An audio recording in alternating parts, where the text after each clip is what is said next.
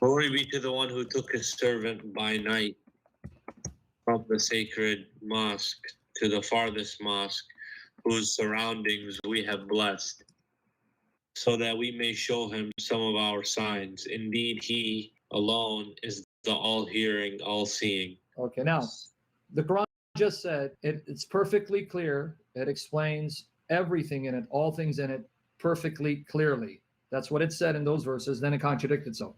So if the Quran is perfectly clear and explains all things, can you tell me just from the Quran who that servant is? Do you have the answer for that just from the Quran? We know the Prophet. Prove it. How do you know that? Where did the Quran say it's the Prophet? Why are you reading later hadiths into this? Because when you go to the hadiths, it's going to embarrass you. That's why I'm saying be careful. Don't run to the hadith. So from that verse alone, can you prove to me it's Muhammad? No, we know it's Muhammad. How do you know that? Where did the Quran tell you it's Muhammad? The name Muhammad only appears 4 times in your entire Quran. How do you know it's Muhammad? No. How do you know? I'm still waiting for the answer. How do you know? Okay, now, related to the same verse, it says, who took his servant by night from the inviolable mosque to the farthest mosque, Masjid al-Haram, Masjid al-Aqsa. Where is Masjid al-Haram? Can you show me from the Quran where and what is Masjid al-Haram? From the Quran. It's in Saudi Arabia. Where did the Quran say Saudi Arabia? It doesn't say that, but I know Masjid al-Haram is mentioned. And where does it tell you Masjid al-Haram is in Arabia? Secondly, what's the farthest mosque? Masjid al-Aqsa. Where is that at? Jerusalem. Where did the verse say Jerusalem? Why are you making things up as you go along? Where did that verse say Jerusalem? Well, this verse doesn't say Jerusalem. But the Quran told you in those 6 or more verses that you read, and I have a lot more, it explains all things in this book. It's perfectly clear and perfectly clearly explains the verses. How come it fails to explain this verse for you? And it's less than perfectly clear. Okay, now I got even more problems with the verse. Who's saying in 17 verse 1, glory be to him? Who's speaking? Allah. So Allah is speaking to himself and glorifying himself. Yeah. Oh, you're okay with it. So you're okay with Allah saying, glory be to him, instead of saying, glory be to me, who carried my servant by night. So Allah has to speak of himself in the third person?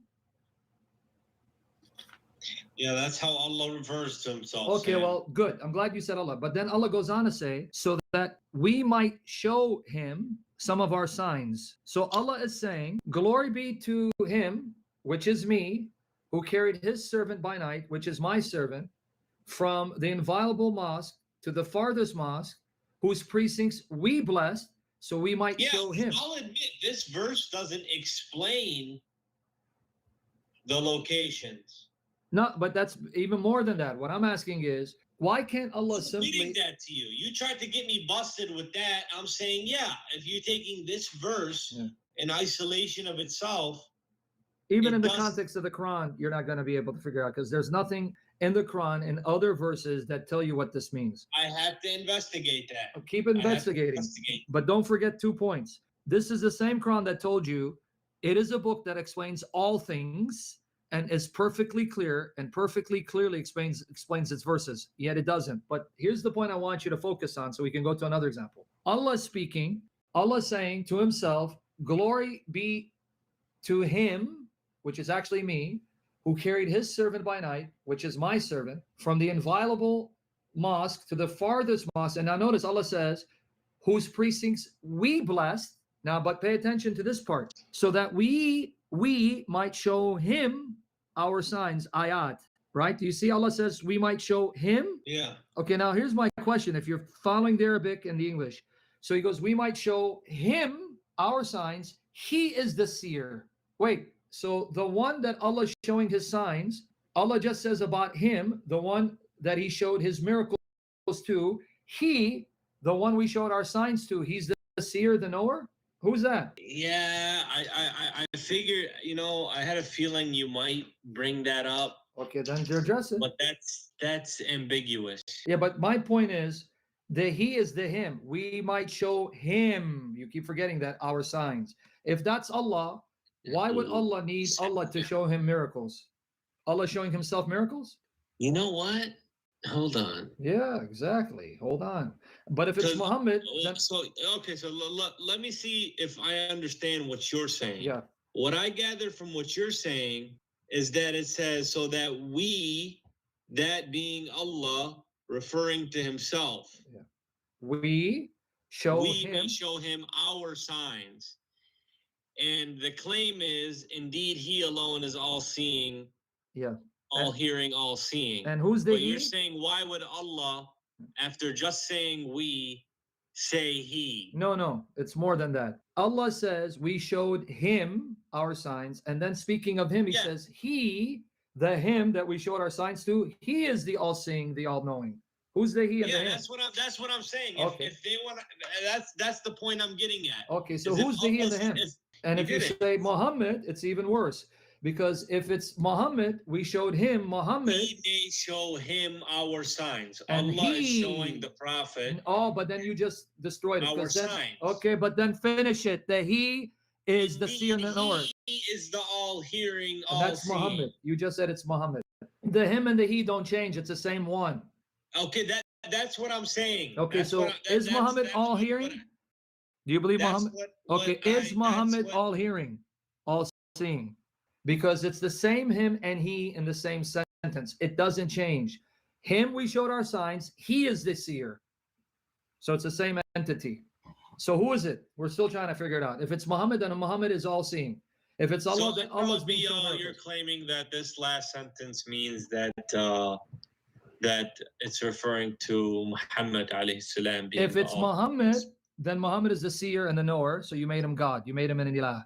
Why wouldn't he say, indeed, we are the all-hearing, all-knowing? Thank you. You got it. So the him and the he is the same person. If it's Muhammad, then Muhammad is all seeing. If it's Allah, then Allah is being shown miracles by someone else. I have to ask the Sheikh about this. All right. So this is 17:1. So look how 17:2 mentions Moses' name. Thank you. So that means Moses is a servant of verse 1. Prove me wrong. That's what I'm saying. If you just follow your Quran, you can't tell me the servant is Muhammad. It's most likely Moses because he's mentioned right away. And it's dealing with the Bani Israel, the children of Israel. So prove to me the servant is Muhammad. Don't try to do the work of Shaitan. What shaitan? You're asking me to show you contradictions. If I'm shaitan, No, don't play with my brain. I'm not playing with your brain. You asked for this. So that means you want shaitan to keep you deceived into thinking the Quran is true, whereas we want to try to show you Jesus is the truth, not the Quran. But let's not go there. First, let's finish the point. Do you want to go outside of the Quran and go to the Hadith to explain this? We can do that. You want me to show you The what? Hadith or the Tafsir? Oh, either one, because the Tafsir is quoting the Hadith, like Ibn Kathir. According to Ibn Kathir, you know what this is referring to? That this is referring to Muhammad when he was taken from the Kaaba to Bayt al-Maqdis. Bayt al-Maqdis, meaning, and it's also called Bayt al-Muqaddas. Bayt al-Maqdis, Bayt al-Muqaddas, the temple in Jerusalem. So Ibn Kathir says, and all the commentators, not only him, this is when in Medina, your prophet was taken from the Kaaba, Masjid al-Haram, to Masjid al-Aqsa, which is Bayt al-Muqaddas, Bayt al-Maqdis in Jerusalem, the temple in Jerusalem, right? Yeah. Problem is there was no temple in Jerusalem. The temple was destroyed twice. The first temple was destroyed 586 years before the birth of Jesus. The second temple was destroyed in 70 AD, 40 years after Jesus went to heaven. So what temple did he go? There was no temple. So that's why I say if we go to your commentators, it's going to get worse for you. 70 AD? Yep. There was no temple when Muhammad supposedly went to Jerusalem, because Ibn Kathir says he went to Jerusalem on Burak with Gabriel, and he tied Burak to the door, entered into the temple, and led the prophets in prayer. There was no temple for him to enter. And then the mosque that's now known as Masjid al-Aqsa, the Masjid al-Aqsa that you now can visit in Jerusalem, that was built by Abdul Malik around 691 AD, about 6 years after your prophet died. So what temple did he visit? So what mosque did he visit? But do you have evidence of that? Yeah, Ibn Kathir tells me that he went to the temple, he went inside the temple, and he prayed with the prophets, and all the commentators say that. Ibn Ishaq, there is no temple. This is just a fact of history. When Omar ibn al-Khattab conquered Jerusalem, the site of the temple where it stood was a waste dump. That's where they dumped their garbage, and he had to clean it out. That's a fact of history. That's according to your history. Didn't Omar conquer Jerusalem? Yeah. Okay. When he went to the Temple Mount, where the temple used to stand, he found it as the waste dump, where they would dump their garbage. The holy house at that time did not exist. This is the mistake in your hadith and in your commentators.